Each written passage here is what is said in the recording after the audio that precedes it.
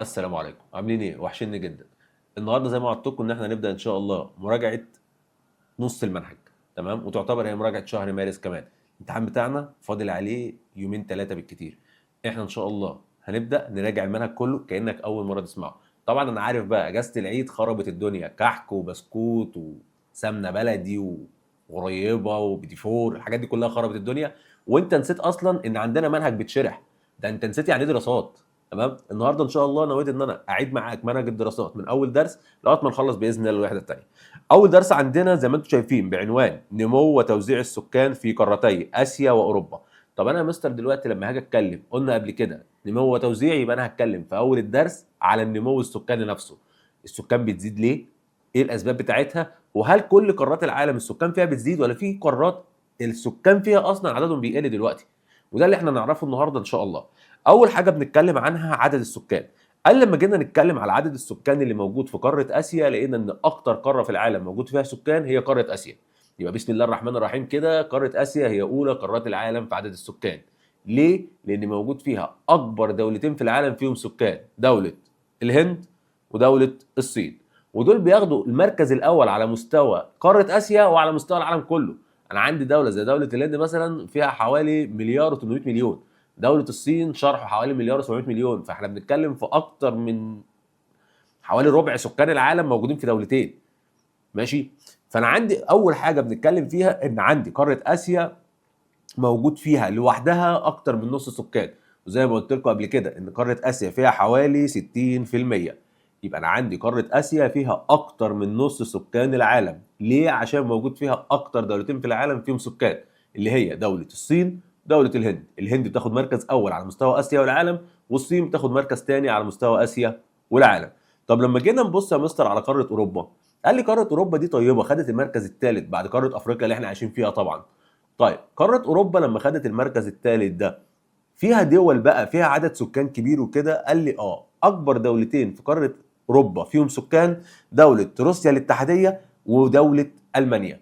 يبقى أنا عندي روسيا الاتحادية بتاخد المركز الأول، بس المرة دي على مستوى قارة أوروبا بس، مش على مستوى قارات العالم أو على مستوى العالم. تاخد المركز الأول على مستوى قارة أوروبا. يبقى المركز الأول في عدد السكان على مستوى قارة أوروبا هي دولة روسيا الاتحادية. طيب المركز الثاني خدته دولة ألمانيا. طب جينا بعد كده مستر وبصينا لتطور عدد السكان. هو عدد السكان ثابت ولا بيتطور؟ قال لي لا بيتطور. فعشان اعرف التطور ده لازم اثبت فتره زمنيه معينه، اللي احنا ثبتناها من 1950 لحد 2025. الفتره دي كده لما احنا ثبتناها، احنا ثبتنا رقم معين اللي هي فتره 75 سنه. قعدت في ال 75 سنه دول اشوف بقى قاره اسيا زادت قد ايه وقاره اوروبا زادت قد ايه. قاره اسيا نموها شغال طالع ما شاء الله عليه، تحس ان هي صاروخ.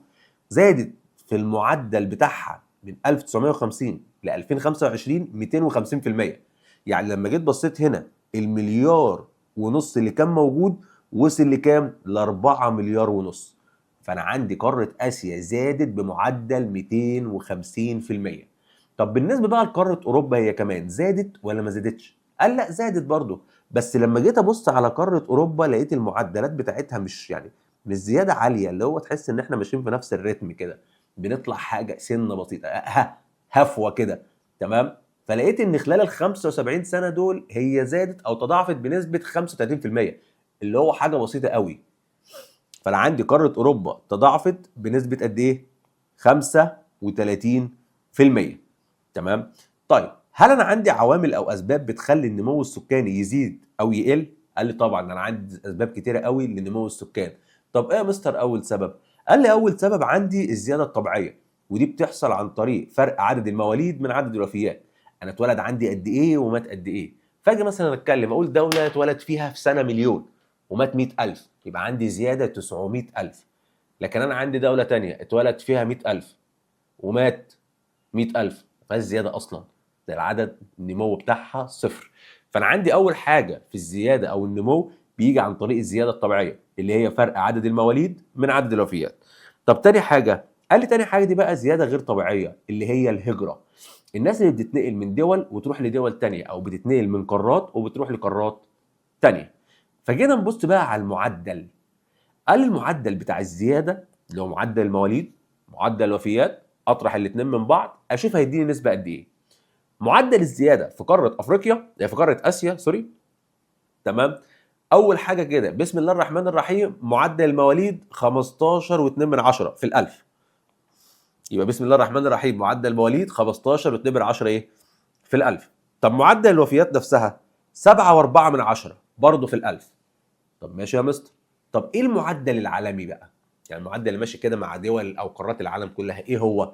قال لي معدل قارات العالم 17 في المواليد و7.6 ده في الوفيات.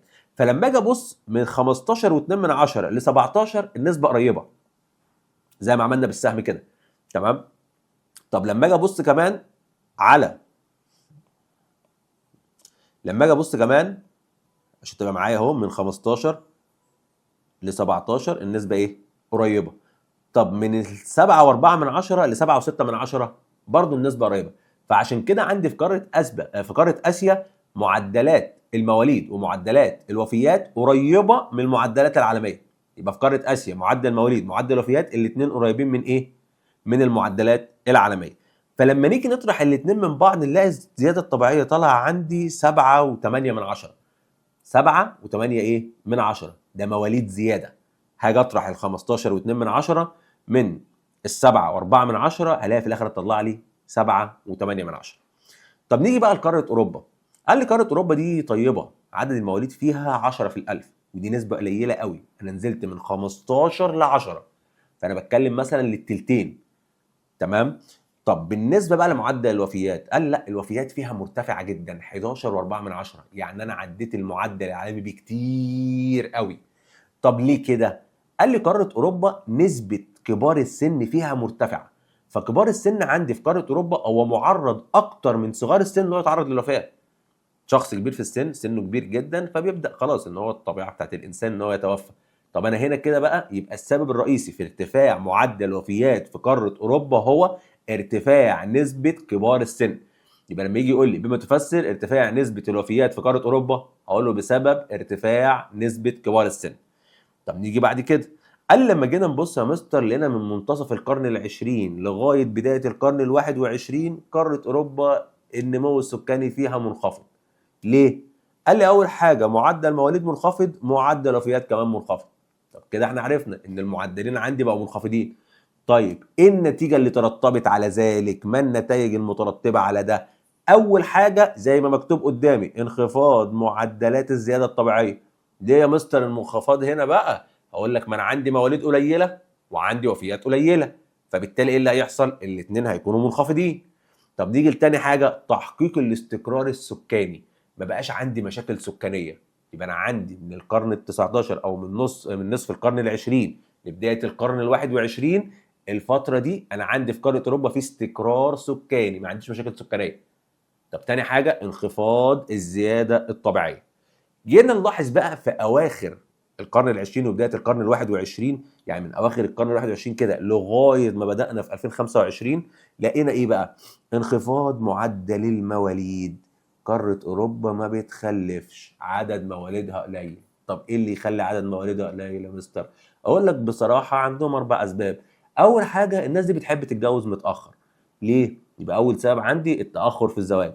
تاني حاجه ارتفاع مستوى التعليم، الناس هناك بتتعلم كتير قوي، فما عندهاش العادات او الجهل اللي موجود في بعض الدول، اللي هو احنا لازم نتجوز واحنا صغيرين، 12 13 سنه الناس تتجوز، 15 سنه الناس تتجوز. لا هناك الناس ممكن تتجوز عندها 40 سنه 45 سنه.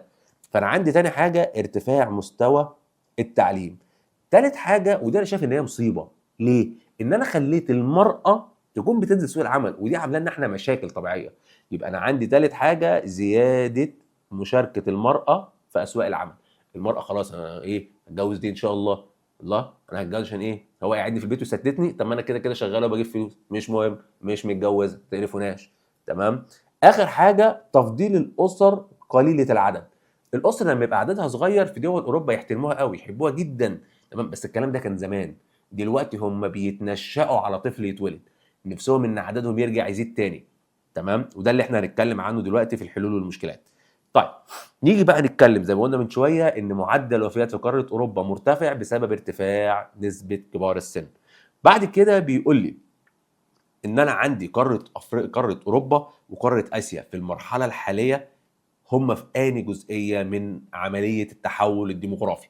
نظريه التحول الديموغرافي احنا خدناها السنه اللي فاتت في اولى اعدادي لما طبقناها على قاره افريقيا، بس السنه دي بقى احنا بنطبقها على قاره اسيا وبنطبقها على قاره اوروبا. طب قاره اسيا يا مستر في المرحله الكام؟ قال لي اسيا طيبه في المرحله الثالثه. طب المرحله الثالثه دي اللي موجود فيها ايه؟ انخفاض مستمر في معدل الوفيات، انخفاض في معدل المواليد. يبقى انا عندي هنا كده في قاره اسيا في انخفاض في معدل المواليد، انخفاض في ايه؟ في الوفيات، فخلتني في المرحله الثالثه. طب قاره اوروبا؟ قال لي قاره اوروبا في المرحله الرابعه، ودي فيها انخفاض في معدل المواليد، انخفاض في معدل الوفيات. يعني الاثنين زي بعض يا مستر، امال ليه دي ثالثه ودي رابعه؟ اقول لك ما انت لو استنيت ثواني كنت هتعرف. لو سيبني القتل على المقتول كان هيموت لوحده. ايه الفرق بقى بين المرحله الثالثه والرابعه؟ ان المرحله الرابعه بزود فيها بشكل كبير. يبقى المرحله الثالثه الفرق ما بينها وما بين المرحله الرابعه ان في المرحله الرابعه بزود فيها انخفاض معدل المواليد، انخفاض معدل الوفيات بشكل كبير. ان عندي الانخفاض عالي، الانخفاض ايه؟ مرتفع. تمام؟ طيب هل قاره اوروبا في المرحله الرابعه وناويه تقعد هناك؟ قال لي لا لا لا، ده هي على مشارف دخول المرحله الخامسه. يبقى قاره اوروبا على مشارف دخول المرحله ايه؟ الخامسه. طيب نيجي بعد كده نتكلم على الهجرة. والهجرة انتقال الفرد من بلد لبلد أو من قارة لقارة. قارة آسيا والناس بتهاجر ليها، اشمعنى؟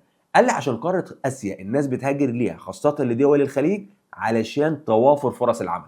يبقى في قارة آسيا الناس بتهاجر لدول الخليج بسبب توافر فرص العمل اللي هنعمل عليها سيركل دي. يبقى ده السبب اللي خلى الناس تهاجر من قارة آسيا، من قارة أفريقيا أو قارات العالم، وتتجه لقارة إيه؟ آسيا، إن هي عندها فرص عمل متاحة هناك.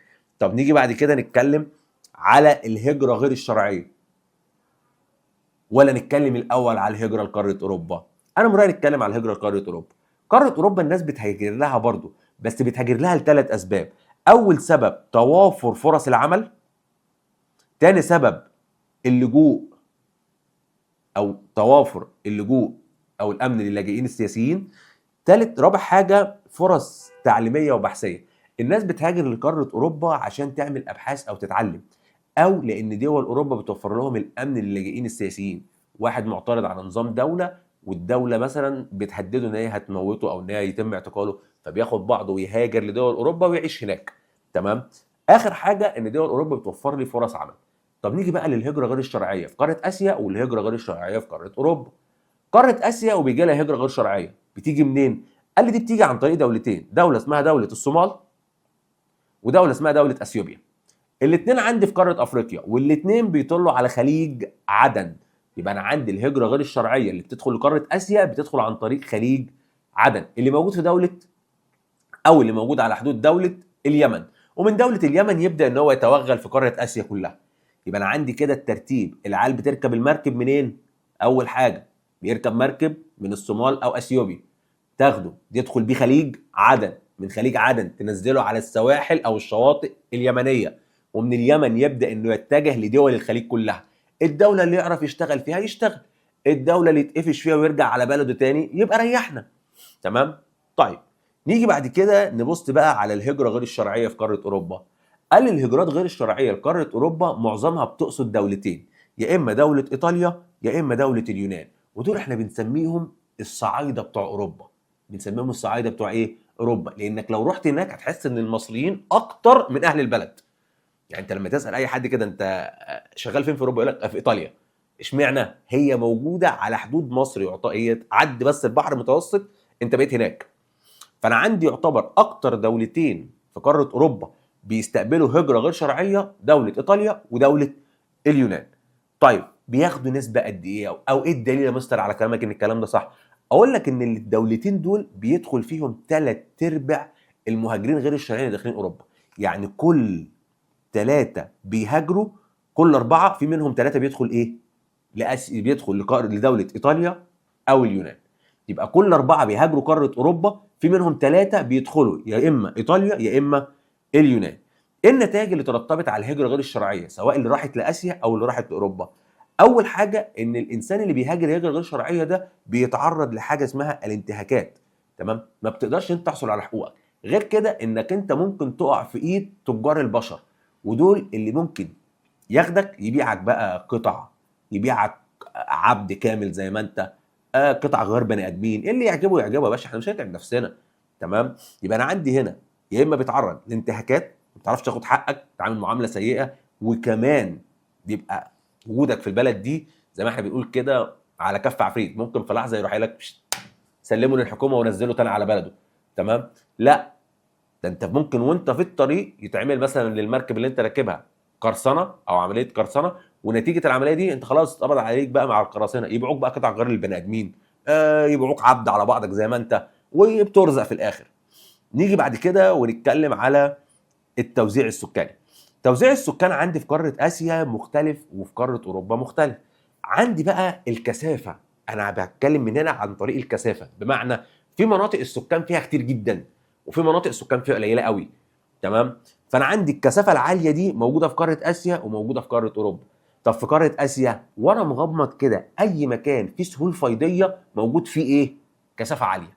اي مكان فيه سهول فيضيه موجود فيه كثافه عاليه، الا سهول سيبيريا لان هي متجمده معظم شهور السنه. يبقى انا عندي السهول الفيضيه زي سهول نهر الينجتسي، سهول نهر الجنج، الاثنين دول سهول مرتفعه الكثافه. ليه؟ في ميه عذبه وفي تربه خصبه، فبالتالي هزرع، فبالتالي الناس تقعد. وعندي كمان الجزر اللي موجوده، بس جزر ايه؟ تربتها خصبه فتنفع للزراعه، زي جزيره جاوا وجزر اليابان. وعندي المناطق الصناعيه اللي موجوده في شرق وجنوب شرق اسيا. يبقى انا عندي شرق وجنوب شرق ايه؟ اسيا. كل دي اماكن الكثافه السكانيه فيها مرتفعه، بس ده في قاره اسيا. طب في قاره اوروبا بقى، قال لي برضه هجري على السهول واشوفها، فما لقيتش في قاره اوروبا كلها غير هو سهل واحد، السهل الاوروبي العظيم. يبقى هجري على السهول واشوفها، وما لقيتش في قاره اوروبا كلها غير هو سهل واحد، السهل الاوروبي ايه؟ العظيم. طب في مناطق تانية الكثافه السكانيه بتاعتها مرتفعه؟ قال لي غرب اوروبا. طب اشمعنى يا عم الغرب في اوروبا؟ قال لي عشان موجود فيها المناطق الصناعيه. يبقى انا عندي غرب اوروبا بسبب توافر المناطق الصناعيه. نيجي بعد كده للكثافه السكانيه المتوسطه، عدد السكان فيها مش كتير ومش قليل. فنلاقي ان الكلام ده موجود فين؟ في جنوب شرق اسيا. يعني معنى كده يا مستر على كلامك ان جنوب شرق اسيا مرتفع الكثافه السكانيه وفيها بعض المناطق متوسطه. اقول لك برافو عليك، صح، انت شاطر. طب نيجي للاماكن اللي موجوده في اوروبا، قال لي وسط وشرق اوروبا. وسط وشرق ايه؟ اوروبا. دي الاماكن اللي الكثافه السكانيه فيها متوسطه. طب المناطق بقى اللي الكثافه السكانيه فيها منخفضه او نادره زي ايه؟ قال لي المناطق الشماليه. المناطق الشماليه سواء في اسيا سواء في اوروبا. ليه؟ لانها متجمده. فانا عندي سهول سيبيريا على الرغم ان هي سهول فيضيه لكن هي متجمده، فبالتالي الكثافه السكانيه فيها نادره او قليله. وعندي شبه جزيره اسكندنافيا اللي موجوده في شمال اوروبا برضه. ليه السكان هناك منخفضه او الكثافه السكانيه هناك منخفضه؟ قال لي 3 اسباب. اول سبب بسم الله الرحمن الرحيم شده البروده زي ما قلنا من شويه. طب تاني سبب ان هي متجمده. طب تالت سبب صعوبه المواصلات. يبقى انا عندي 3 اسباب يخلوا السكان ما تتركزش في المناطق الشماليه في اسيا واوروبا. هقول له شده البروده، التجمد، صعوبه المواصلات. طب عندي كمان المناطق الجبليه والهضبيه، ودي السكان بتقل فيها بسبب وعوره السطح. يبقى عندي المناطق سواء الجبليه او الهضبيه السكان بتقل فيها بسبب وعوره السطح. السطح هناك مش سوي، فانا مش هعرف ان انا اعيش عليه. يعني لما اجي اطلع مثلا منطقه مش هعرف اطلع على جبل، فانا ايه اللي يخليني اروح اعيش في الجبل؟ لا، انا اشوف اي منطقه سهليه نظيفه اعيش فيها. تالت حاجه المناطق الصحراويه، وطبعا الصحراء احنا من زمان من واحنا في رابعه ابتدائي عارفين ان الصحاري بيقل فيها السكان علشان ما فيهاش ولا ميه عذبه ولا تربه خصبه. فانا اول حاجه الجفاف، تاني حاجه ندره الميه العذبه، تالت حاجه صعوبه الطقس. من امثله الصحاري اللي موجوده عندي شبه جزيره اللي موجوده عندي في قاره اسيا هي شبه جزيره العربيه. شبه الجزيره ايه؟ العربيه. نيجي بقى نتكلم عن المشكلات السكانيه. طب ايه المشكلات يا مستر ممكن تكون موجوده؟ انا اعرف ان الدول بتاعت الخليج دي الفلوس فيها زي الفل، ودول اوروبا برضو الحياه منعنشه هناك. مشكلات إيه يا عم اللي انت هتتكلم فيها؟ اقول لك لا، عندهم دي مشكلات ودول عندهم مشكلات. انا عندي مشكلتين موجودين في العالم.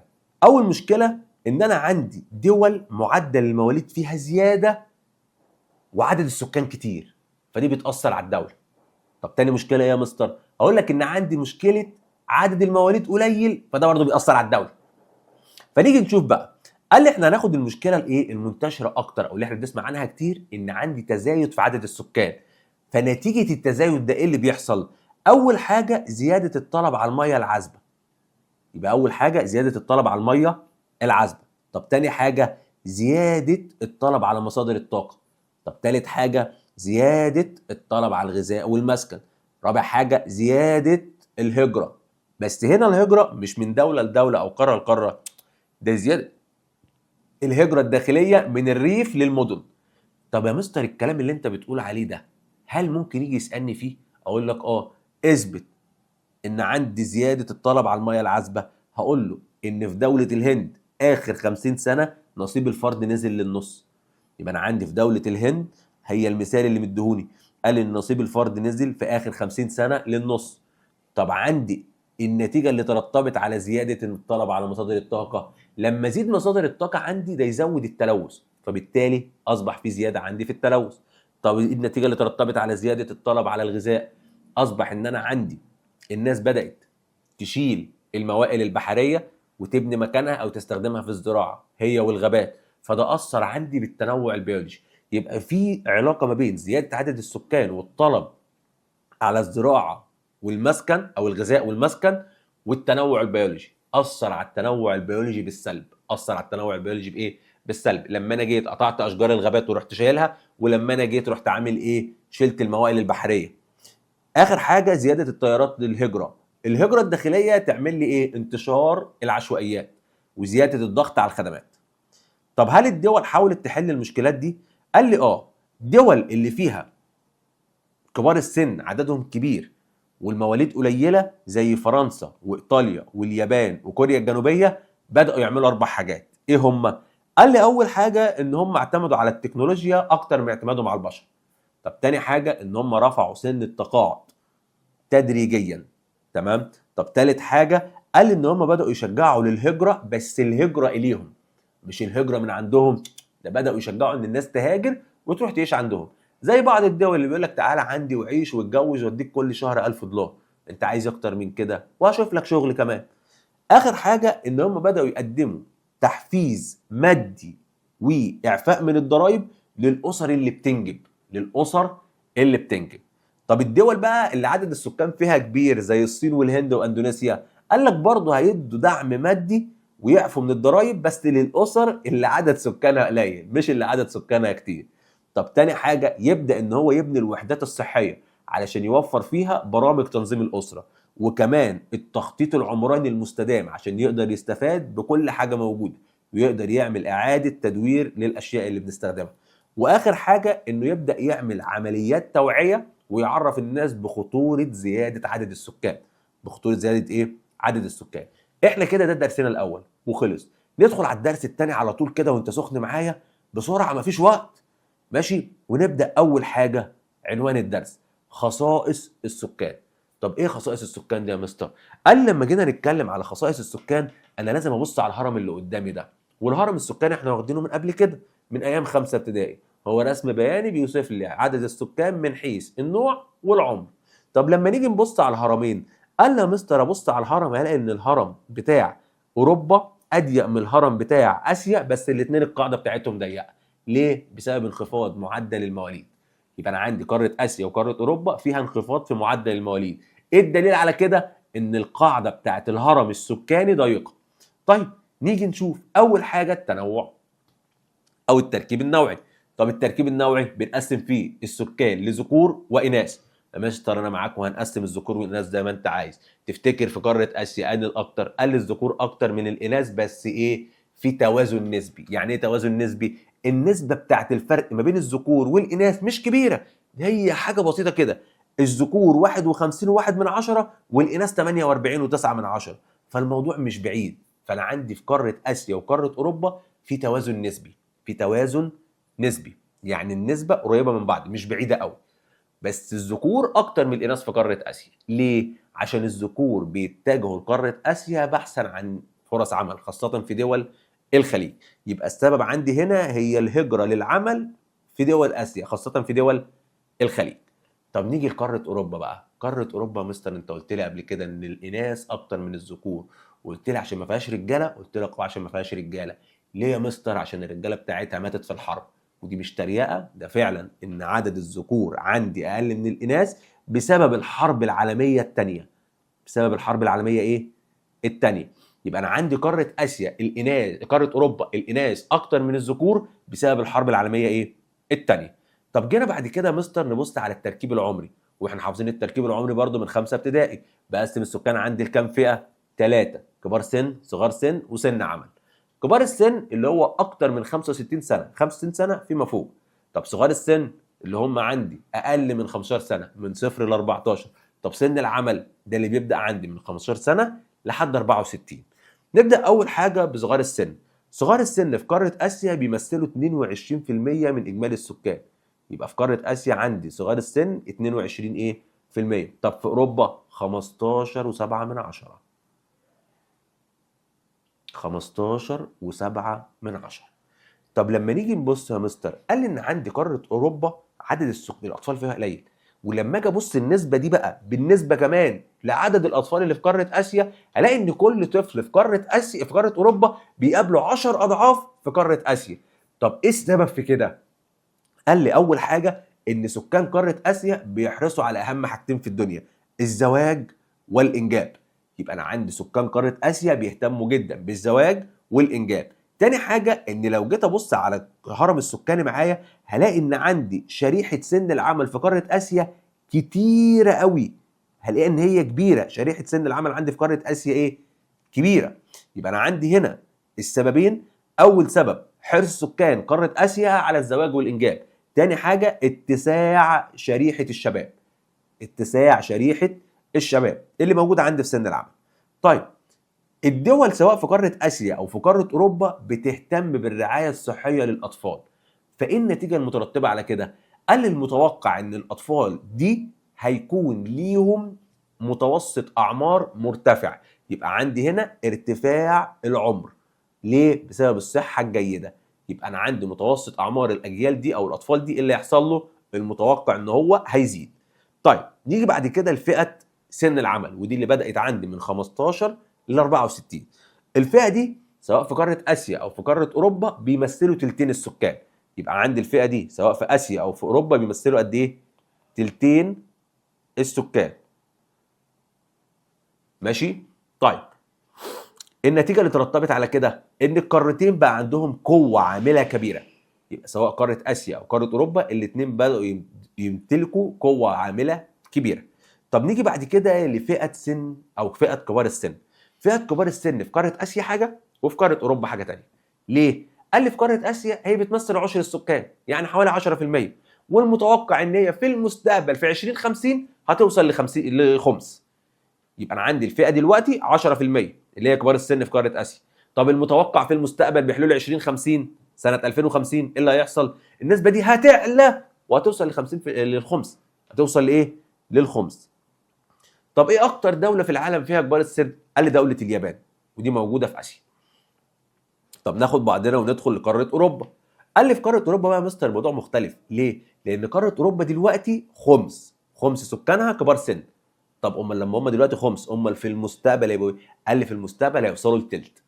وبالتالي قال لي ان المتوقع ان فئه كبار السن هتزيد في المستقبل في قاره اسيا، في قاره اوروبا. تمام؟ المركز الثاني بقى في الدول اللي فيها عدد كبار السن مرتفع هي دوله ايطاليا، ودي موجوده في قاره اوروبا. يبقى انا عندي المركز الاول في كبار السن موجوده في اليابان، المركز الثاني موجود في ايطاليا. طب نيجي نبص بعد كده. قال لي كمان يا مستر ان فئه كبار السن دي بتخليني احتاج ان انا اوفر لهم ايه؟ خدمات مختلفه، وكمان استعين بالتكنولوجيا الحديثه علشان تلبي احتياجاتهم. علشان كده ظهر عندي الاقتصاد الفضي. طب الاقتصاد الفضي ده عباره عن ايه؟ قال لي دي مجموعه من الانشطه الاقتصاديه اللي بتلبي احتياجات كبار السن. يبقى الاقتصاد الفضي هي مجموعه من الانشطه الاقتصاديه اللي بتلبي احتياجات ايه؟ كبار السن. نيجي بعد كده للتركيب الاقتصادي. طب التركيب الاقتصادي ده يعني ايه؟ قال لي هقسم السكان على حسب الوظيفه اللي هو شغالها. اللي شغال في الزراعه، اللي شغال في الصناعه، اللي شغال في التجاره والخدمات. نبدا اول حاجه بالنشاط الصناعي. النشاط الصناعي عندي في قاره اسيا وقاره اوروبا الاثنين اتساووا في النسبه. بمعنى ان الاثنين ربع سكانهم بيشتغلوا في الصناعه. يبقى سواء قاره اسيا او قاره اوروبا الاثنين ربع السكان بتاعهم بيشتغلوا في ايه؟ في الزراعه، في الصناعه. طب بالنسبه بقى للنشاط الزراعي، قال النشاط الزراعي مختلف تماما. ليه؟ انا عندي في قاره اسيا خمس السكان بيشتغل في الزراعه اللي هو حوالي 20%. طب في قاره اوروبا 4% بس. فانا عندي في قاره اسيا خمس سكانها بيشتغلوا في الزراعه، لكن في قاره اوروبا اللي بيشتغلوا فيها 4% بس. باقي الانشطه بقى سواء تجاره او خدمات بيشتغل فيها النسبه الباقيه، اللي هي بقى يتاجر، يبيع، يشتري. خدمات زي الخدمات التعليميه، يشتغل مدرس زي، يشتغل خدمات امنيه زي الضابط، يشتغل خدمات صحيه زي الدكتور والممرض. كل دي اسمها خدمات. نيجي بعد كده ونتكلم على التنوع اللغوي. والتنوع اللغوي يعني اللغات اللي موجوده في كل قاره. قال لي قاره اسيا دي المركز الاول في التنوع اللغوي. ليه يا عم؟ هي فيها كام لغه يعني؟ اقول لك ما فيهاش، كل اللي فيها 2300 لغه، تلت لغات العالم بس. يبقى عندي قاره اسيا بتاخد المركز الاول لان فيها 2300 لغه. طب وقاره اوروبا بقى ان شاء الله فيها كام لغه؟ اقول لك دي طيبه جدا، ما فيهاش غير 200 بس. طيب قاره اسيا اشهر اللغات اللي فيها، قال لي عندي اللغه الفارسيه والهنديه والصينيه والعربيه. حاجه زي الفل، كام لغه كده احنا عارفينهم وسمعناهم قبل كده. طب نيجي بعد كده بقى نتكلم على قاره اوروبا. قال لك لا، كل اللي اوروبا بقى عد معايا: انجليزي، فرنساوي، اسباني، الماني، ايطالي. اللي هم اللغه الالمانيه والانجليزيه، الايطاليه، الاسبانيه، الفرنسيه. طب نيجي بعد كده ونتكلم: هل اللغه بتاثر على الدول؟ قال لي اه. ليه؟ قلت لك لغه زي اللغه العربيه كانت مصدر لقوه واتحاد للدول العربيه. فدي كده نقطه ممتازه. طب اللغه ممكن تكون سبب لانقسام؟ اقول لك اه، زي اللي حصل في دوله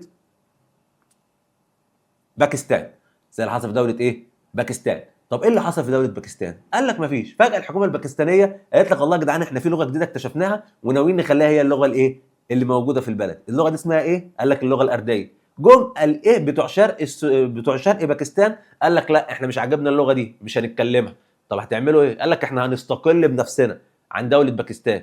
يا عم انت ما تهزرش، يديك يرضيك. قال لك والله ابدا، خلاص احنا هنستقل وهنعمل دوله جديده لنفسنا وهنسميها دوله بنجلاديش. يبقى انا عندي اللغه هنا كانت سبب في انقسام دوله باكستان. اتقسم شرق باكستان وعمل دوله لوحده سماها دوله بنجلاديش. طب نيجي بعد كده: اللغه ممكن تكون سبب في ترسيم الحدود؟ قال لي اه، ودي حصلت فين؟ قال لي بعد الحرب العالميه الاولى بدا ان يتم ترسيم الحدود السياسيه للدول اللي موجوده في وسط اوروبا عن طريق اللغه. يبقى عندي هنا اللغه لعبت كعنصر اساسي في ترسيم الحدود في وسط اوروبا عقب الحرب العالميه الاولى. بعد الحرب ما خلصت بداوا ان يقسموا الحدود السياسيه بتاعت الدول عن طريق اللغه اللي بيتكلموها. نيجي بعد كده ونتكلم على الخصائص التعليميه. قال لي دول قاره اسيا ودول قاره اوروبا معظمهم بيهتموا بالتعليم، خاصه دول اوروبا كلها ودول شرق اسيا. يبقى انا عندي دول اوروبا كلها بتهتم بالتعليم، ودول شرق اسيا هي كمان بتهتم بايه؟ بالتعليم. يبقى دول اوروبا بتهتم بالتعليم، دول شرق اسيا نسبه التعليم فيها او الانفاق على التعليم فيها ايه؟ برضه مرتفعه. لما جينا نبص على اكتر دولتين في قاره اسيا بينفقوا على التعليم، قال لي المركز الاول ودي خدته دوله عمان. طب والمركز الثاني خدته دوله الكويت. يبقى انا عندي اكتر دولتين في قاره اسيا بينفقوا على التعليم: عمان مركز اول والكويت مركز ثاني. طب في قاره اوروبا قال لي خدوا ثلاثه.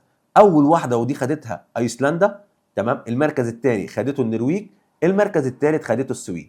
يبقى اكتر ثلاث دول موجودين عندي في قاره اوروبا بينفقوا على التعليم: ايسلندا، النرويج، السويد. قال لي على الرغم بقى مستر ان دول قاره اسيا او شرق اسيا زي ما انت بتقول بيهتم بالتعليم، تمام، ودول اوروبا بتهتم بالتعليم، بس انا كده وانا بدور في الكتاب لقيت ان في دولتين ما بيهتموش بالتعليم وموجودين في اسيا. بس ايه بقى؟ موجودين في جنوب شرق.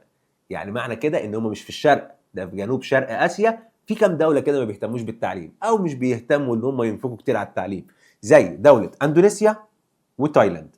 يبقى انا عندي في دول في قاره اسيا بالتحديد في جنوب شرق اسيا ما بتهتمش ان هي تنفق على التعليم او بخيله شويه في التعليم، زي دوله اندونيسيا ودوله تايلاند. قال لي كمان دول العالم سواء في اسيا او في اوروبا بتهتم بتعليم كبار السن. طب ايه الدليل على كده او ليه بيهتموا بتعليم كبار السن؟ قال لك اول حاجه علشان يدي لكبار السن دول ثقه في ذاته، ما حسسش كبار السن دول ان انت خلاص ما بقاش ليك لازمه في المجتمع. فاول حاجه انه بيكتسب الثقه الذاتيه. طب تاني حاجه قال لي دي بقى ببدل معاه الخبرات، اصل الكبير ده برضو عاش وشاف، مش زي لسه جديد في الدنيا، فهو عاش وشاف واقدر ان اخد منه خبرات كتير. يبقى تاني حاجه تبادل الخبرات. طب رقم 3 قال لي عشان يعرف حقوقه ويحافظ عليها ويحميها. يبقى رقم 3 معرفة الحقوق والحفاظ عليها. طب نيجي بعد كده الخصائص الصحية. قال لي الخصائص الصحية معروفة من السنة اللي فاتت ان انا بقدر اعرفها بعدد العاملين في مجال الطب اللي هم الاطباء والممرضات. طب ماشي، برضه زي ما اتكلمنا فوق ان دول اوروبا كلها بتهتم بالتعليم، دول اوروبا هي كمان كلها نسبة العاملين في الطب اللي هم الاطباء والممرضات مرتفعة. وبرضه زي ما قلنا شرق اسيا في التعليم، برضه شرق اسيا في الطب برضه ايه؟ مرتفع. تمام. طب في دول او مناطق الاطباء فيها منخفضين او متوسطة زي وسط وجنوب اسيا. يبقى انا عندي النسبه بتقل في وسط وجنوب اسيا لكن مرتفعه في شرق اسيا وقاره اوروبا بالكامل. طب هل في امراض بتنتشر؟ واخلي بالي بقى في الحته بتاعت الامراض دي ليه؟ هيجي ينكشك سؤال وتقول المستر قال لي عليه بعد الامتحان. ايه هو؟ هيجي يقول لي من الامراض المنتشره بالمناطق الاستوائيه، وانا مغمض اروح قايل له ايه؟ ملاريا. استوائيه ملاريا. طب ايه يا مستر تاني ممكن يجي يسالني فيه؟ يجي يسالني مثلا على امراض بتتنقل عن طريق التلوث اللي موجود في الميه او الاكل، ودي الكوليرا. يبقى انا عندي عن طريق الماء، يبقى انا عندي الكوليرا دي بتتنقل عن طريق الميه، لكن الملاريا دي موجوده في المناطق الاستوائيه. طب في فيروس كده اسمه فيروس نقص المناعه، وده بيجي لنا عادي يعني بيجي للناس، ده اسمه ايه؟ الايدز. واخر حاجه الالتهاب الكبدي الوبائي اللي هو فيروس سي. يبقى انا عندي في قاره اسيا في 4 امراض منتشره: ملاريا، الايدز، كوليرا، وفيروس الكبد الوبائي او اللي هو فيروس سي. طيب نيجي بالنسبه لقاره اوروبا بقى، قال لي موجود فيها برضو او منتشر فيها امراض زي امراض القلبيه اللي بتيجي عن طريق القلب اللي هي الاوعيه الدمويه والحاجات دي. ماشي، يالك واحد جاله جلطه، واحد جاله انسداد في الشرايين. تمام. عندي الامراض زي السرطان عافانا واياكم الله. تمام. والامراض السكر والجهاز التنفسي. دي كده الامراض سواء في اسيا سواء في ايه؟ في اوروبا. طب ليه الامراض بتنتشر في القارات دي مع ان هم عندهم تقدم ودول مزدهره ومش عارف ايه؟ قال لي ما هي ما بتنتشرش في كل الدول، ده بتنتشر في بعض الدول بسبب الفقر وسوء التغذيه وضعف البنيه التحتيه الصحيه، واخر حاجه انتشار الحروب والصراعات. يبقى انا عندي 4 اسباب سبب في ان الامراض دي بتنتشر سواء في قاره اسيا او في قاره اوروبا. ايه؟ خاصه ان هي بتزيد في قاره اسيا: الفقر، سوء التغذيه، ضعف البنيه التحتيه الصحيه، واخر حاجه الحروب والصراعات.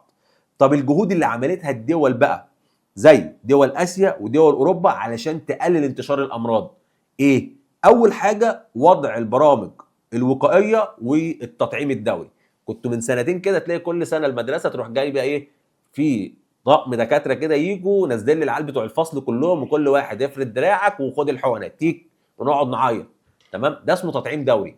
يبقى الدول بدات ان هي تستخدم التطعيمات الدوريه. طب تاني حاجه الاهتمام بالابحاث العلميه واقامه مراكز طبيه، واشهرهم المركز الاوروبي للوقايه من الامراض. يبقى انا عندي اشهرهم المركز الاوروبي للوقايه من ايه؟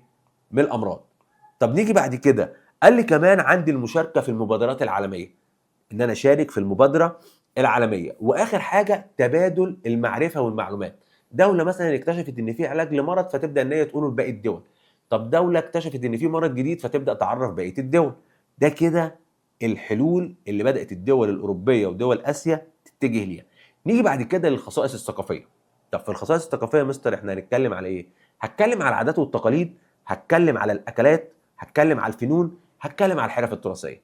وهنا بقى عايزك تجيب كوبايه الشاي بتاعتك وكوبايه الشاي بتاعتك وتعالي بطبق الكحك. ليه بقى؟ اول حاجه عندي هنتكلم عنها هي قاره اسيا. اول حاجه هتكلم عنها هي قاره ايه؟ اسيا. وعايزك بقى تسيب وش انا وركز في الشاشه اللي على جنب دي. اول حاجه خليك مع الخطوط اللي انا هعملها. بدايه كده العادات والتقاليد اللي موجوده في قاره اسيا اللي متعترف عليها قوي اللي هي ايه؟ الانحناء المتبادل. الاتنين ينحنوا قدام بعض كنوع من انواع الاحترام والتقدير، ودي موجوده في اليابان وموجوده في كوريا الجنوبيه. يبقى دي موجوده فين وفين؟ في اليابان، وموجوده عندي فين؟ في كوريا الجنوبيه. لحد هنا في مشكله؟ قال لي لا. طب ايه العادات اللي موجوده في اوروبا؟ قال لي العاده اللي موجوده في قاره اوروبا خاصه عند الانجليز انه يعزمك على شاي بعد الظهر. ياه، يعني انا لما يحبني واحد انجليزي يعزمني على كوبايه شاي احاسب عليها انا واريح دماغي. طب نيجي للاكل بقى. طبعا البنات بقى هنا في الاكل هنبدا إيه انا عارف انا الكلام ده، سوشي وموشي والكلام ده. طيب الاكلات المنتشره في الصين واللي بقت موجوده عندنا هنا في مصر والناس بدات ان هي تاكلها وانا شخصيا بعرف منها، اول حاجه عندي السوشي، وده منتشر في اليابان. يبقى اول حاجه السوشي، وده منتشر فين؟ في اليابان. طب ايه تاني؟ قال لي كمان عندي كيميتشي، وده في كوريا الجنوبيه. لما اجي ابص على الاكلات اللي موجوده في قاره اسيا، قال لي بيهتموا جدا ان الاكل لازم يكون فيه رز واعشاب وتوابل. يبقى دول اسيا بتهتم ان الاكل بتاعها يكون فيه رز واعشاب وتوابل. طيب في دول اوروبا بقى هلاقي اكل ايه؟ قال لي اوروبا دول عيال فرافير، هتلاقي عندهم ايه يعني؟ هلاقيهم عاملين ممبار مثلا، عندهم ايه؟ بيتزا، ودي منتشره في ايطاليا، وعندهم كريب، وده موجود في فرنسا. طب نيجي بعد كده عندي الفنون. قال لي الفنون بقى والرقص والطبل والحاجات دي سواء في اسيا سواء في اوروبا، الالات اللي بيستخدموها هناك للموسيقى اسمها الالات الوتريه. يبقى هناك اسيا واوروبا يستخدموا الالات الوتريه. بس نيجي بقى في حته وعايزين نركز فيها. الالات الوتريه والطبول دي موجوده عندي في اليابان، كوريا الجنوبيه، وفي الصين. وعندي حته كده اسمها الرقصات الكلاسيكيه، دي موجوده في الهند. يبقى انا عندي الرقصات الكلاسيكيه موجوده فين؟ في الهند. طب بالنسبه للدول اللي في اوروبا، هل عندهم هم كمان موسيقى؟ اقول لك اه، ده عندهم موسيقى وفنون وناس ورقص وحاجه ايه اخر دلع. ليه بقى؟ قال لي اول حاجه ان عندهم الفنون الموسيقيه التقليديه، ودي موجوده من زمان. لحد هنا في مشكله؟ حلو. طب ايه تاني يا مستر؟ قال لي عندهم الرقصات الاوروبيه خاصه الرقصه الفلكلوريه، ودي موجوده في ايطاليا. طب الفنون يا مستر الموسيقيه اللي انت قلت عليها التقليديه دي موجوده فين؟ او الالات الوتريه اللي بيستخدموها دي موجوده فين؟ قال لي موجوده في دوله اسمها دوله ايرلندا. دوله اسمها دوله ايه؟ ايرلندا، عشان ما يجيش حد بعد كده يقول لي انت ما قلتهاش. ادينا قلنا ان الفنون التقليديه موجوده فين، او الموسيقى التقليديه موجوده فين في اوروبا؟ في دوله ايرلندا. طب نيجي للحرف. وفي الحرف بقى نركز على كل حرفه حرفه حرفه. بص انا هكبر لك الشاشه على الحرف عشان تركز معايا فيها اهو. نيجي لقاره اسيا. قال لي قاره اسيا عندها حرفه الرسم على الخشب، ودي موجوده في كوريا. يبقى الرسم على الخشب موجود فين؟ في كوريا. طب تاني حاجه الفخار. طب الفخار ده منتشر فين؟ في فيتنام. يبقى فخار فيتنام، فخار فيتنام، فخار فيتنام. طب الحرير. قال لي الحرير ده مستر انا مغمض انا حافظه، انت قلت لي من السنه اللي فاتت ولا الترم الاولاني. اقول لك لا، في الترم الاولاني فعلا. امتى؟ لما قلت لك الحرير بيجي من الصين. يبقى انا عندي الحرير موجود في الصين وموجود في الهند. يبقى الحرير عندي موجود فين وفين؟ في الصين والهند. طب نيجي بعد كده السجاد اليدوي. قال لي السجاد اليدوي وانا مغمض يا مستر معروفه في ايران. يبقى انا عندي السجاد اليدوي موجود في ايران وموجود في الهند. طب نيجي بقى للحرف اللي موجوده في قاره اوروبا. قال لي شفت الحرف اللي انت قايل لي عليها في قاره اسيا؟ اقول لك اه. تقول لي موجود زيها في قاره اوروبا بس في دول مختلفه. بمعنى ايه يا مستر الكلام ده؟ ان انا عندي الرسم على الخشب موجود في دول اسكندنافيا اللي هي السويد والنرويج والدنمارك. ماشي يا مستر. طب عندي كمان موجوده في بعض دول شرق اوروبا. ماشي يا مستر. عندي صناعه الفخار اللي كانت موجوده في اسيا وموجوده في دوله فنلندا، موجوده عندي هنا بس فين؟ موجوده في دوله فيتنام، موجوده عندي هنا في قاره اوروبا بس في ايه؟ في اسبانيا. يبقى انا عندي صناعه الفخار موجوده في اوروبا في دوله اسبانيا. واخر حاجه اللي موجوده في اوروبا ومش موجوده في اسيا هي الزجاج، ودي موجوده في دوله ايطاليا. كده احنا خلصنا الوحده الاولى، وانت معايا كده سخن واحده واحده نروح داخلين على ايه؟ على الوحده الثانيه على طول، ما فيش وقت نضيعه.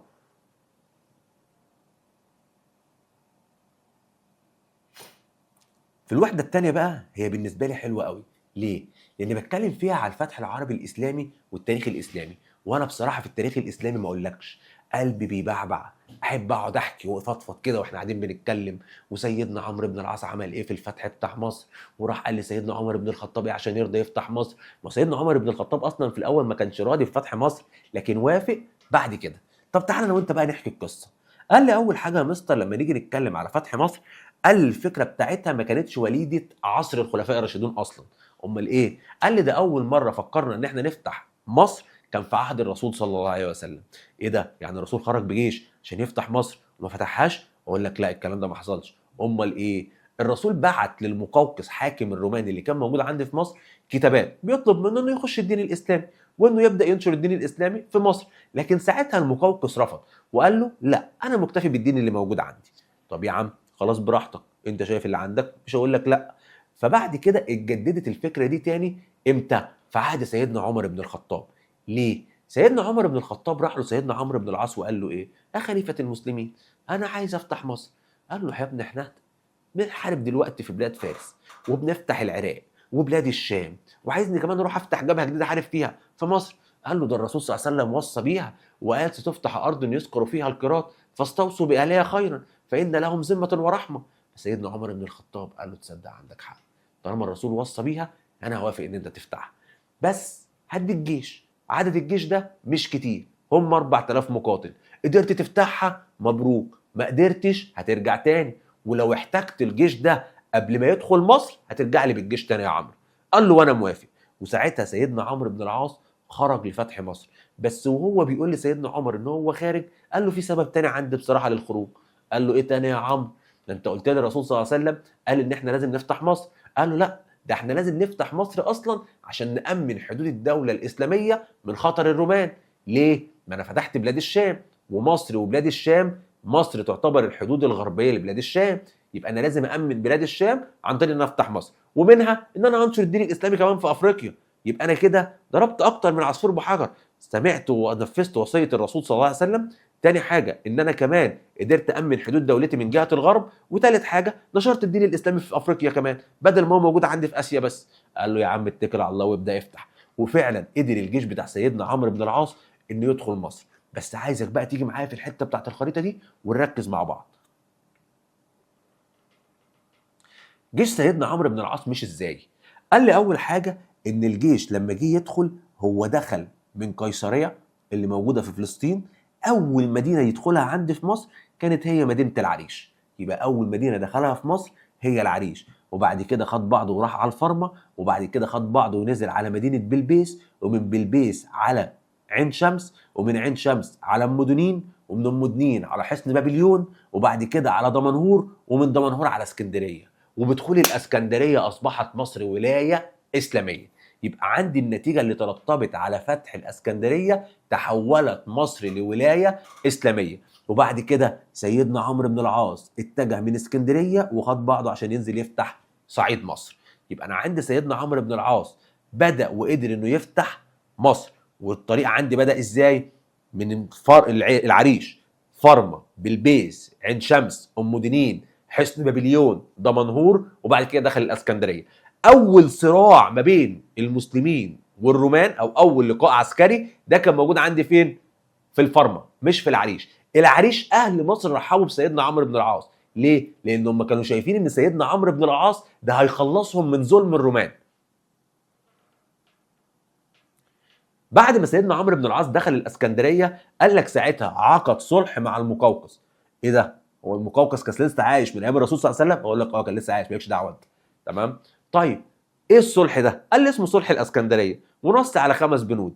اول بند ان يتعقد هدنه ما بين جيش المسلمين وجيش الرومان مدتها 11 شهر.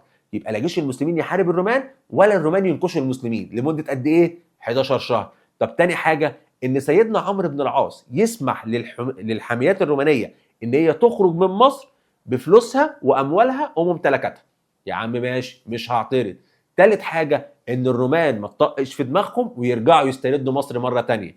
طب رابع حاجه ان المسلمين ما يتعرضوش ولا للكنايس ولا للاديره بتاعت المسيحيين اللي موجوده في مصر. واخر حاجه رقم 5 ان سيدنا عمرو بن العاص يبقى على اليهود قاعدين في اسكندريه. يعني معنى كده مستر ان مصر كان فيها يهود؟ اقول لك اه، ما زمان كان مصر فيها يهود عادي، يهود ومسيحيين، ولما دخل الاسلام بقى عندي يهود ومسيحيين واسلام. طيب نستنتج من الصلح اللي سيدنا عمرو عمله ده ان هو قدر يحافظ على حقوق الطوائف اللي موجوده عندي. والدليل ده فين؟ لما اقر ان هو هيحافظ على الكنائس والاديره، وانه هيبقى كمان على اليهود موجودين فين؟ في الاسكندريه. طيب سيدنا عمرو بن العاص بعد كده قلنا ان هو اتجه للجنوب وقدر يفتح. ماشي. طيب نتيجه فتح مصر تحولت مصر من ولايه بيزنطيه الى ولايه اسلاميه. طب تاني حاجه، اصبح عمرو بن العاص هو اول والي على مصر. ماشي يا عم، متشكرين. طيب اديني مثال بقى يثبت ان سيدنا عمرو بن العاص متسامح. قال لك المثال ده الف في الفيديوهات اللي على القناه وهتعرف تجيبه، واللي هيجيبه ويكتب المثال اني حادثه حصلت ليه عندي هديه، وهنختار من الكومنتات كومنتات عشوائيه وهنبعت لها هدايا، وانا عارف هعرف اوصل لكم ازاي. طيب نيجي بعد كده، قال لي بقى الملامح الحضاريه. الملامح الحضاريه يعني انا اتكلم على نظام الحكم، اتكلم على القضاء، اتكلم على الحياه الاقتصاديه، اتكلم على الحياه العلميه والعماره او البناء. طب نبدا اول حاجه بنظام الحكم. قال للمسلمين لما دخلوا مصر ابقوا على النظام اللي كان موجود قبل الفتح العربي الاسلامي، بس كل اللي عملوه ان زودوا عليه منصبين، منصب الوالي ومنصب صاحب الشرطه. منصب الوالي وده كان بيتم تعيينه عن طريق الخلفاء، يعني الخليفه هو اللي بيعين الوالي. ماشي تمام يا مستر. قال لي منصب الوالي الخلفاء كانوا بيعينوه واعتمدوا عليهم في الولايه من العرب في العصر العباسي، في العصر الخلفاء الراشدون، في العصر الدوله الامويه، وفي العصر العباسي الاول. لكن في العصر العباسي الثاني اعتمدوا على العنصر غير العربي زي الترك والفرس. يبقى انا عندي عصر عباسي اول، عصر اموي، خلفاء راشدون كانوا بيعتمدوا على العنصر العربي. لكن في العصر العباسي الثاني اعتمدوا على العنصر غير العربي زي الفرس او الاتراك. ماشي. سيدنا عمرو بن العاص لما دخل مصر بنى عاصمه او بنى مدينه جديده اللي هي مدينه الفسطاط. ليه؟ حتى تكون العاصمه. يبقى سيدنا عمرو بن العاص بنى مدينه الفسطاط حتى تكون العاصمه. ماشي. طيب نيجي بعد كده، قال لي ان في العصر العباسي الثاني مده الوالي بتكون قصيره بسبب ضعف الخلفاء. مده الوالي بتكون قصيره بسبب ضعف ايه؟ الخلفاء. يجي والي شهر شهرين ثلاثه خمس ست شهور يلا امشي، اصل احنا خايفين ايه؟ لا تنفرد بحكم مصر. لا انت مش هتنفع، اتكل على الله، احنا هنجيب حد غيرك. فانا عندي السبب الرئيسي في سرعه تغيير الولاه او قصر تغيير الولاه في العصر العباسي الثاني هو ايه؟ ان عندي الخلفاء كانوا ضعاف. يبقى ضعف الخلفاء كان هو السبب اللي ادى لسرعه وقصر تغيير الولاه في مصر. طب نيجي لمنصب صاحب الشرطه. قال لي المنصب ده كان بيتم تعيينه او اختياره عن طريق شخصين، يا اما عن طريق الوالي اللي بيحكم في مصر، يا اما عن طريق الخليفه نفسه. طب اشمعنى الخليفه يدخل في الحكايه دي؟ قال لي عشان الوالي لما بيسافر ويسيب مصر صاحب الشرطه بيقوم بمهام الوالي، فكان عشان كده الخليفه هو المسؤول عن تعيينه في بعض الاوقات. طب صاحب الشرطه يعمل ايه؟ يحافظ على الامن والامان داخل الدوله وملاحقه المجرمين اللي عليهم احكام، زي الشرطه اللي موجوده دلوقتي عندنا بالظبط. ايه هو عصر الولاه؟ قال لي ده العصر اللي بدأ من أول ما تم الفتح العربي الإسلامي لمصر وانتهى ببداية تأسيس أحمد بن طولون للدول المستقلة أو للدولة الطولونية. طب نيجي نبص على تاني حاجة، القضاء. قال لي الدولة الإسلامية لما فتحت مصر عملت نظام القضاء واهتمت بيه، وكان عندي القضاء المصري وعندي القضاء الإسلامي. القضاء الإسلامي ده اللي هو بيحكم بالدين وبالسنة. تمام؟ طيب لو غير المسلمين حبوا ان هم يلجأوا للقضاء الإسلامي يرحب بيه، ما عنديش مشكلة. يبقى لو حد حب ان هو يجي، هو مثلا مسيحي وعايز يجي يتحكم له من قاضي مسلم، تمام، تعالى وبتقدم شكوتك ويتم الايه؟ النظر ليها. طب مين اللي بيعين القاضي؟ قال لي الخليفه برضه. يبقى كده الخليفه هيعين الوالي، يعين القاضي، وفي بعض الاوقات بيتدخل في تعيين صاحب الشرطه. طب بعد كده يا مستر، قال لي كمان ان المجالس القضائيه كانت في بعض الاوقات او في اكثر الاوقات بتكون موجوده في جامع عمرو بن العاص نفسه اللي موجود في مدينه الفسطاط برضه. طيب نيجي بعد كده نتكلم على الحياه الاقتصاديه، واحنا حافظين يا مستر اقتصاد يبقى اتكلم عن ثلاث حاجات، زراعه وصناعه وتجاره. نبدا اول حاجه بالزراعه. قال لي الدوله الاسلاميه اهتمت بالزراعه، وده ظهر من ايام سيدنا عمر بن من ايام سيدنا عمرو بن العاص بعد ما فتح مصر على طول. اهتم بمقياس النيل على مصر، يبقى انشا مقياس النيل اللي موجود فين؟ على مصر. طب هو ليه انشا مقياس النيل ده؟ قال لك عشان يعرف من خلاله اذا كان في فيضان والارض هتغرق، فيبدا ان هو يقفل السدود والخزانات فيقدر ان هو يحمي الاراضي من الغرق. تمام؟ فالنباتات تبقى موجوده. او ان عندي في جفاف فيفتح الخزانات والسدود وينزل الميه اللي متخزنه فيها، فبالتالي يبقى عندي ميه الناس ايه؟ تزرع منها. طيب في عصر الدوله الامويه والدوله العباسيه اهتموا ان هم يوسعوا المساحات المزروعه. يبقى في عصر الدوله الامويه والدوله العباسيه هم اهتموا ان هم يوسعوا مساحات الاراضي المزروعه. طب هل الصناعه كان ليها دور؟ اقول لك سيدنا معاويه بن ابي سفيان انشا دار لصناعه السفن. تعالى كده معايا في الحته دي، ايوه تعالى هنا كده على اليمين، ايوه زي ما انت شايف كده. سيدنا معاويه بن ابي سفيان في الدوله الامويه اهتم ان هو ينشئ دار لصناعه السفن. طب انشاها فين؟ قال لي اسم المدينه بالنسبه لي مهم. انشاها في مدينه عكا. انشاها في مدينه ايه؟ عكا. وعلشان يشغل مصنع السفن ده ارسل جاب صناع من مصر، علشان المصريين كان عندهم خبره في صناعه السفن زي ما انت قلت كده، برافو عليك. طب نيجي بعد كده، قال لي كمان ان كان المعتاد عليه ان الثياب المصري يتم تطريزه، يترسم عليه كده برسومات بيزنطيه ترجع للعصر الروماني او البيزنطيين، تمام. فجه في عهد الخليفه الاموي عبد الملك بن مروان وقال لك لا احنا مسلمين، تمام، ومصر ولايه اسلاميه، يبقى ما ينفعش تكتب لي عليها بالبيزنط، انت لو عايز تنقش او تزين الهدوم بتاعتك تزينها باللغه العربيه. طب ثالث حاجه، قال لك كمان ان بقى يتم تزيين المنسوجات بالكتان، تمام، بيتم تزيين المنسوجات او يتكتب عليها، تمام، بالحرير. يبقى عندي المنسوجات نفسها هيبدا ان يتكتب عليها ايه؟ بالحرير. نيجي بعد كده للتجاره. قال لي في عهد الدوله الاسلاميه برضو اهتمت بالتجاره، والدليل على كده ايه؟ قال لي اول حاجه ان التجاره ازدهرت في العصر الاسلامي، لان عندي واحد زي والي مصر سيدنا عمرو بن العاص اهتم انه يعيد حفر خليج امير المؤمنين اللي كنا خدناه السنه اللي فاتت ايام سيزوستريس، اللي هو خليج سيزوستريس اللي حفره مين؟ سنوسرت الثالث. هو اعاد حفره مره اخرى واطلق عليه خليج امير المؤمنين نسبه لسيدنا عمر بن الخطاب، لان ساعتها كان لقبه امير المؤمنين، ماشي. وده كان بيربط لي ما بين نهر النيل والبحر الاحمر، والنتيجه اللي ترتبط على ده ان زادت التجاره ما بين مصر وبلاد الشام، ما بين مصر وبلاد الحجاز. يبقى انا عندي النتيجه اللي ترتبط على اعاده عمرو بن العاص لحفر خليج امير المؤمنين زود التجاره اللي موجوده ما بين مصر وما بين بلاد الحجاز. تاني حاجه من اسباب ازدهار التجاره برضو ان كان عندي ازدهار في الصناعه وعندي ازدهار في الزراعه. طب نيجي للحياه العلميه. قال ان بعض الصحابه اللي جم مصر كانوا مهتمين جدا بالعلم، وكان على علم زي المثال اللي مديهولي عبد الله ابن عمرو بن العاص.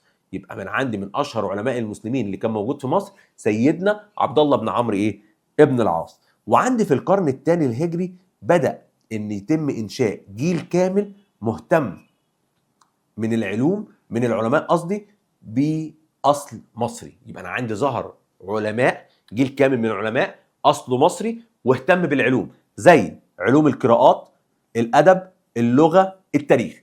يبقى انا ظهر عندي علماء مهتمين بالقراءات والادب واللغه والتاريخ.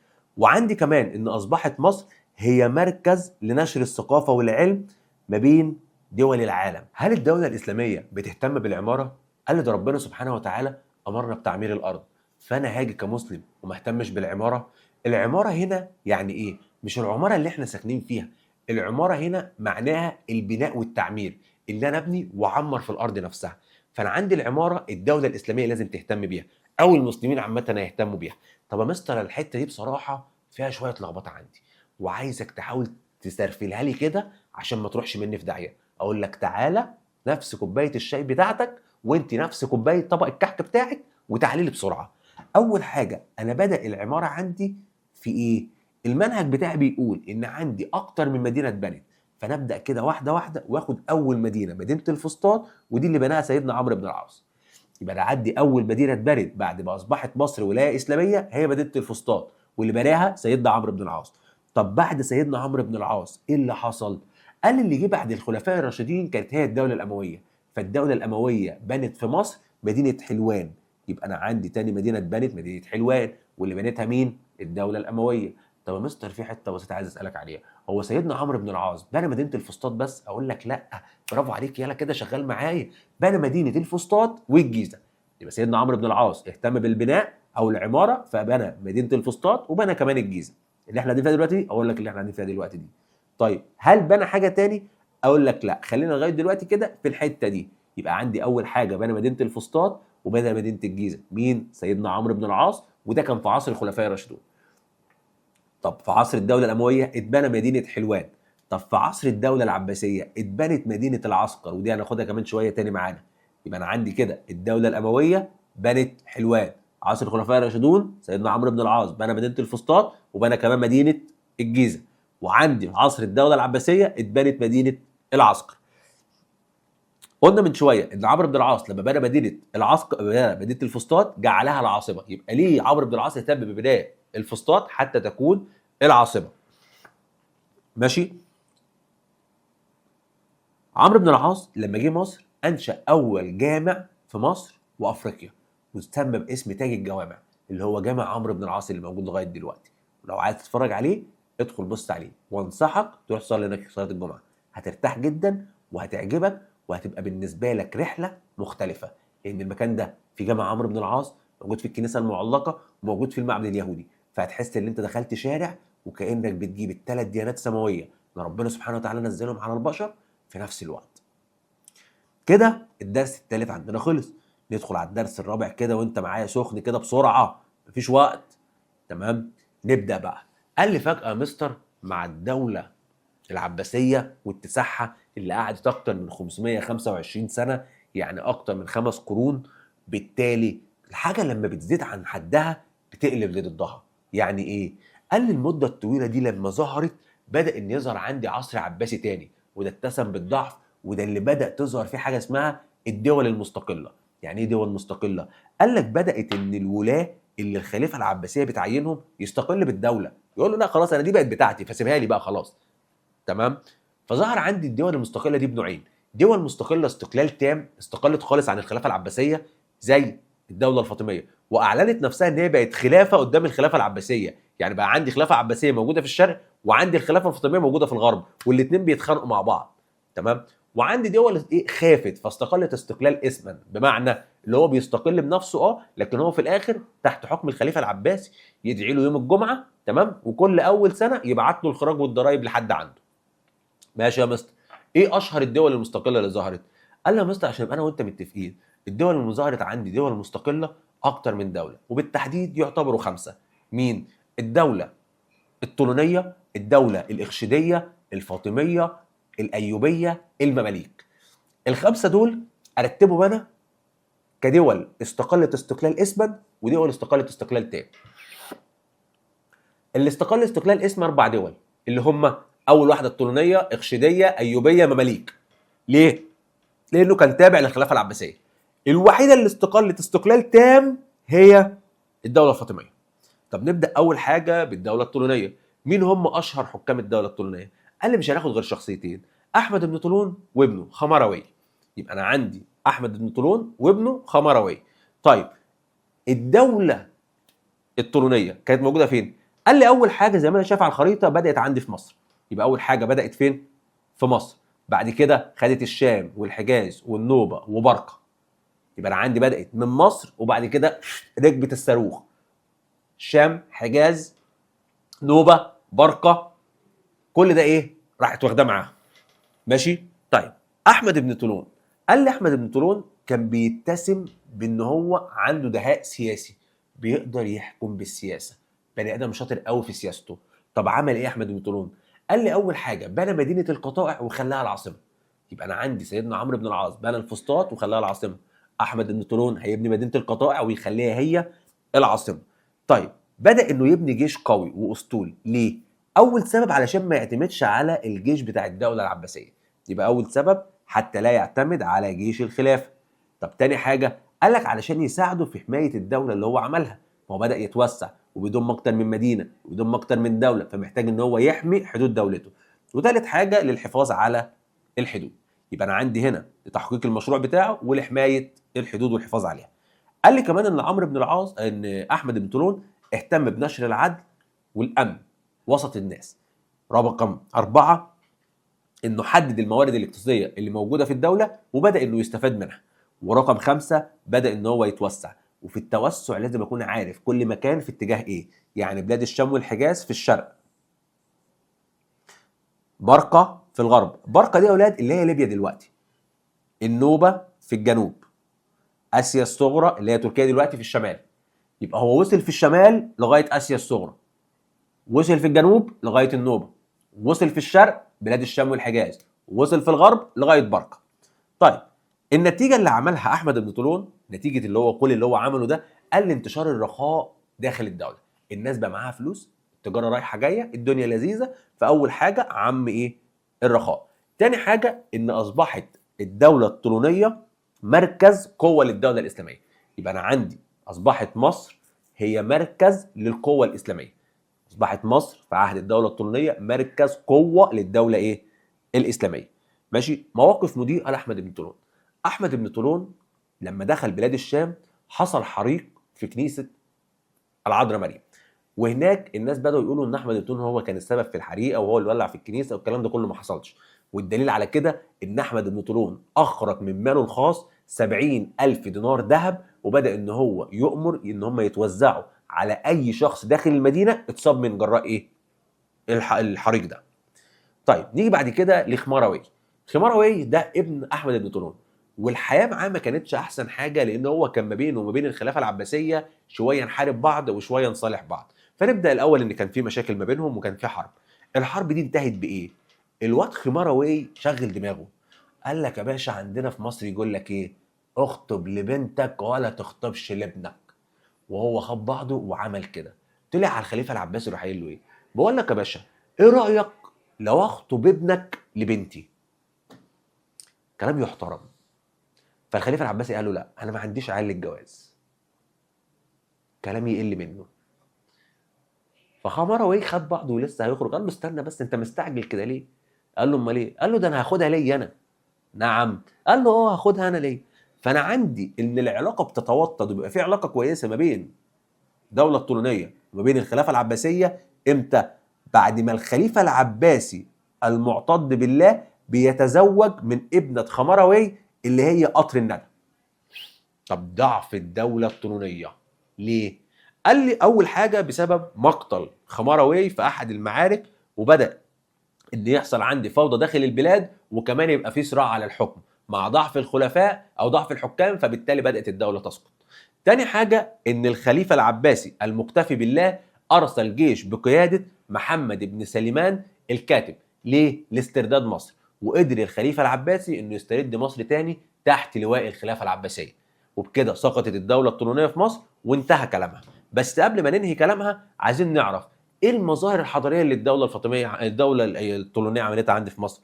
اول حاجه انه اسس جيش قوي في مصر لحمايه حدود الدوله واقامه حلمه او التوسع. تاني حاجه انه انشا دواوين زي ديوان الجيش وديوان الانشا، وده زي وزاره الخارجيه دلوقتي. غير كده ان هو كمان اهتم بالنشاط الاقتصادي، فالغى الضرائب او الغى بعض الضرائب. تاني حاجه اهتم بالزراعه وطور بعض الصناعات زي صناعه المنسوجات، وبقى عندي الاسكندريه ودمياط مركز لصناعه المنسوجات في مصر. وغير كده اهتم كمان بصناعه الاسلحه. روج للتجاره الداخليه. والتجاره عندي لما يتروج لها ويبقى في تجاره داخله جوه الدوله دي ليها اسباب زي انتشار الامن داخل البلاد والاستقرار، وغير كده موقع مصر الاستراتيجي او موقع مصر المتميز. يبقى الاسباب اللي خلت التجاره بتاعت مصر يقدر يتروج ليها وان مصر تصبح مركز تجاري هام: اول حاجه استقرار الامن والامان داخل الدوله، وتاني حاجه موقع مصر ايه؟ المتميز. وزي ما اتكلمنا ان في عهد الدولة او الفتح الاسلامي تم البناء او الاعمار، برضو الدولة الطولونية اهتمت بالعمارة. فعملت ايه؟ اول حاجة ان احمد بن طولون انشأ مسجده، وده احنا حاكين القصة بتاعته برضو عندنا على القناة، تدخل تتفرج عليها وتقول لي ايه رأيك فيها. ماشي. غير كده ان هو اهتم كمان بانشاء قناطر احمد بن طولون، ودي كان ليها سبب انه عايز يوصل الميه لمدينه القطائع، يبقى علشان يزود الميه اللي بتوصل لمدينه القطائع. واهتم كمان بانشاء حاجه اسمها البيمارستان. البيمارستان دي اللي هي المستشفيات العامه المجانيه. يبقى احمد بن طولون اهتم بانشاء البيمارستان، اهتم بانشاء جامع احمد بن طولون، واهتم كمان بانشاء قناطر احمد بن طولون عشان يزود كميه الميه اللي بتوصل عندي فين؟ في مدينه القطائع. بعد شويه ظهر عندي الدوله الاخشيديه، والدوله الاخشيديه بتظهر على ايد مؤسسها محمد بن طاغ الاخشيدي. يبقى انا عندي الدوله الاخشيديه ظهرت على ايد مؤسسها محمد بن طاغ الاخشيدي، وبدات ان هي تضم في الاول مصر، جنوب الشام، بلاد الحجاز، برقة، سمنة، زي ما موجود قدامنا على الخريطة. من أشهر حكامها اتنين، محمد بن طاغ الإخشيدي وقافور الإخشيدي. طيب نيجي نشوف محمد بن طاغ أصلا هو إزاي جه مصر. قال لي في حاجة عايزين نعرفها أنا وأنت، إن محمد بن طاغ الإخشيدي وأحمد بن طولون الاتنين أصلا مش مصريين، ده أصلهم تركي، الاتنين أصلهم تركي. محمد بن طاغ الإخشيدي الخليفة العباسي بعته، قال له يا محمد في شوية ناس عاملين لي قلق في مصر. مين يا باشا؟ أنا خلص لك عليهم. قال له في دولة كده طالعة جديدة اسمها الدولة الفاطمية في المغرب. قال إيه؟ عايزة تضم مصر ليها. روح شوف لي الحل ده، خلصني منهم.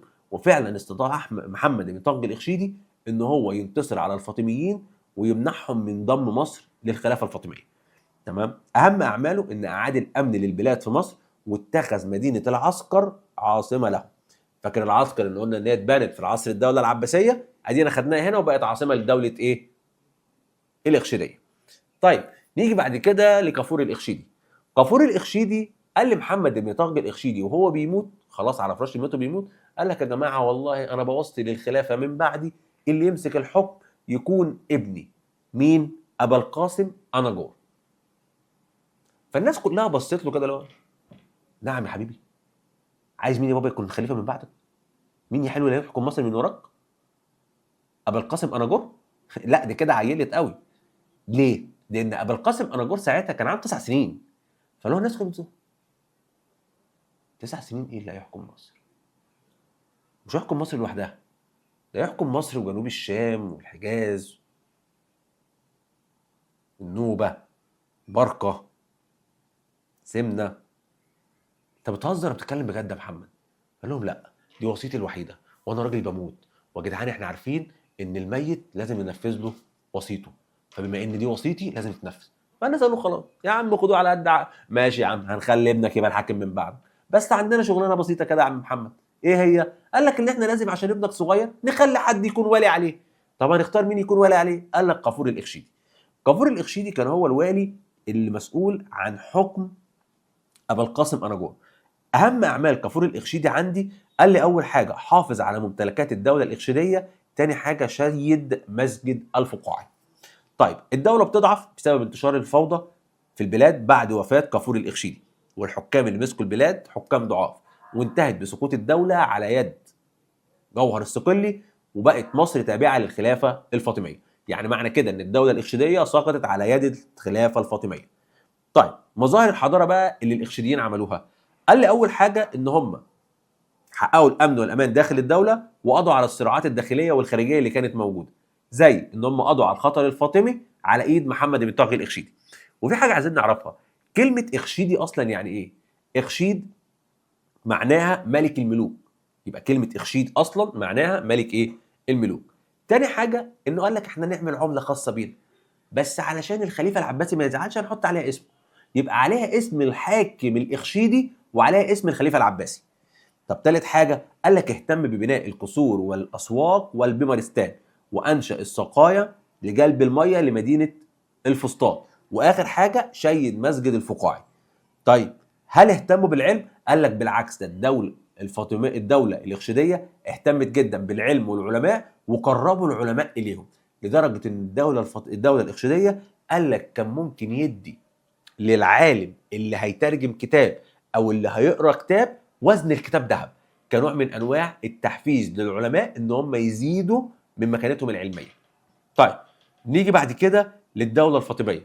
قال لي الدوله الفاطميه بدايتها اصلا، وده الاختلاف اللي ظهر بقى، انا عندي الدوله الطولونيه بدات في مصر، الدوله الإخشيديه بدات في مصر، لكن الدوله الفاطميه بدايتها عندي ظهرت في بلاد المغرب اللي هي تونس والجزائر والمغرب دلوقتي، وبدات عندي فين؟ في بلاد المغرب. امتى؟ عندي في اواخر القرن الثالث الهجري.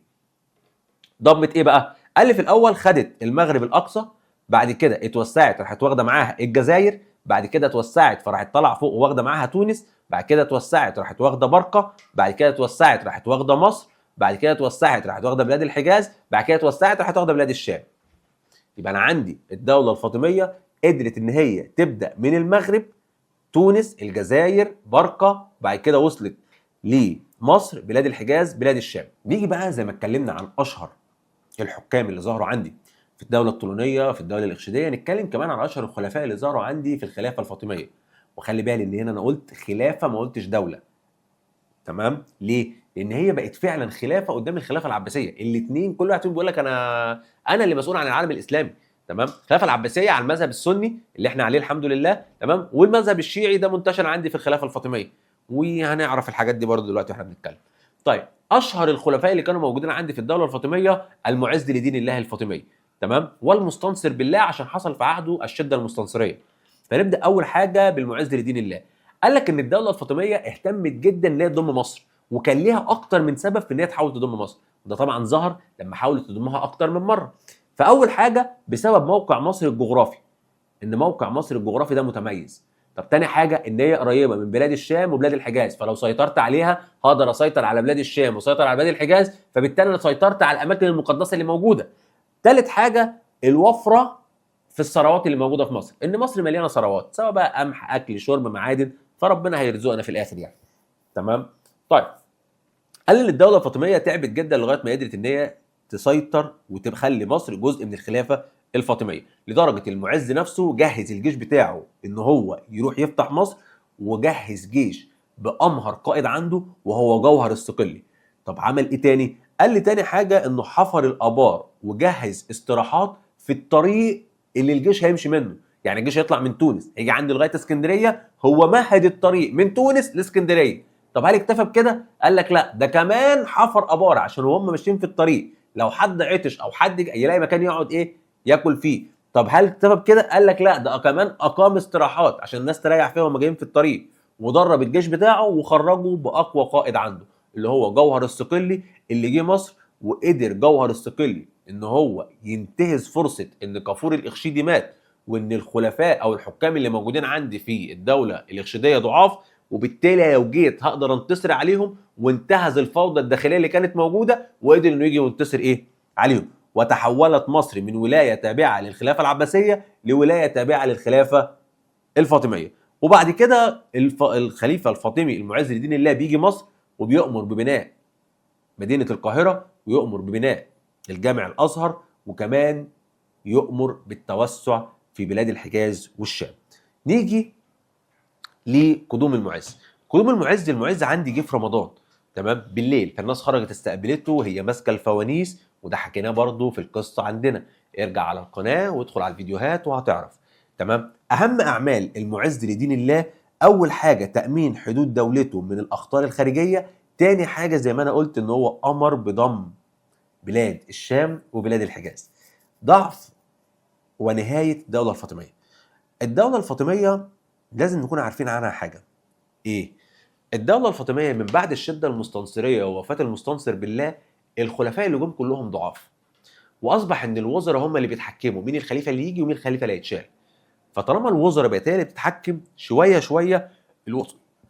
شوية شوية الوزراء الموضوع زاد معاهم بقى، فبدأ ان الوزراء نفسهم يتصارعوا. فواحد خد بعضه وراح استعان بالصليبيين اللي هو ضرغام، والتاني راح استعان بالمسلمين اللي هو استعان بنور الدين محمود حاكم دمشق. تمام؟ وساعتها نور الدين بعت جيش بقياده اسد الدين شريكو، والتاني جاله الصليبيين، وبدات المعركه اللي انتهت بانتصار اسد الدين. لكن المشكله ان بعد ما اسد الدين خلص، لا لقى شاور عايش ولا لقى ضرغام عايش، لقى الاثنين اصلا ماتوا. تمام؟ فضعفت الدوله وانتهت الدوله الفاطميه على ايد صلاح الدين الايوبي، واعلن قيام الدوله الايوبيه وعوده مصر مره اخرى للخلافه العباسيه والمذهب السني. طيب، لما نيجي نبص بقى، قال ان الخلافه العباسيه سابت لي تراث، او الخلافه الفاطميه قصدي سابت لي تراث كبير، زي بناء مدينه القاهره، ودي اللي امر ببنائها المعز لدين الله وخلاها عاصمه للخلافه الفاطميه بالكامل وعاصمه مصر بالتحديد. طب تاني حاجه بناء اسطول. ليه؟ قال لك اول حاجه لانه عايزه في فتح البلاد الجديده، البلدان الجديده اللي عايز يفتحها محتاج فيها اسطول. تاني حاجه انه هيحمي حدود دولته، وتالت حاجه ان الاسطول والجيش هينشر الامن والامان داخل الدوله. نيجي بعد كده، قال الدوله الفاطميه كانت تحب الاحتفالات والهق والمق والشخاليل، والدليل على كده ان كان الخليفه الفاطمي يحب قوي انه ينشر ما بين الناس البهجه والسعاده. فعمل ايه؟ اول حاجه انه يزين الشوارع زينه رمضان اللي احنا بنعلقها دي. تاني حاجه توزيع الحلوى والطعام على الفقراء زي موائد الرحمن، بس زمان كنا بنوزعها، ما كناش بنقعد نفضح الناس في الشارع. تمام؟ اقامه المواكب الرسميه للخليفه، حفله كده بقى والخليفه يروح ويجي في الشارع قدام الناس والناس فرحانه ويسقفوا له ويطبلوا له. تمام. واخر حاجه ان الخليفه كان بيبقى فرحان قوي بالموضوع ده هو وكبار الموظفين بتوع دولته. كمان تنشيط حركه التجاره. قال التجاره في عصر الدوله الفاطميه نشطت وبقت مصر هي حلقه الوصل ما بين الغرب الاسيوي والشمال الاوروبي. يبقى انا عندي اللي جاي من اسيا وعايز يروح لاوروبا لازم يعدي من عندي منين؟ من مصر. لدرجه ان مصر بقت هي المركز اللي بيتبادل فيه الدول البضاعه، وكمان السفن اللي بتيجي من اسيا عشان تروح لاوروبا تاخد بعضها وتعدي من عند مصر، وهي راجعه من اوروبا تجيب لمصر المستلزمات اللي مصر محتاجاها. قال لي غير كده بناء المساجد والمدارس. الدولة الفاطمية اهتمت ببناء المساجد والمدارس تمام لنشر العلم والتعلم، لدرجة ان مصر ساعتها بقت مركز للثقافة على مستوى العالم. ماشي. ومن اشهر المساجد اللي اتبنت هو جامع الازهر، واللي ليه قصة برضه وحكيناها عندنا. نيجي بعد كده ان الخلافة الفاطمية قالت لك يعني ايه الخلافة العباسية احسن مني عشان تعمل عملة لوحدها؟ لا، انا هعمل عملة واكتب عليها اسم الخليفة الفاطمي. وهنا كده غيرت عن الدولة الإرشيدية. الدولة الإرشيدية عملت عملة خاصة بيها بس مكتوب عليها اسمين، اسم الخليفة العباسي واسم الحاكم الإرشيدي.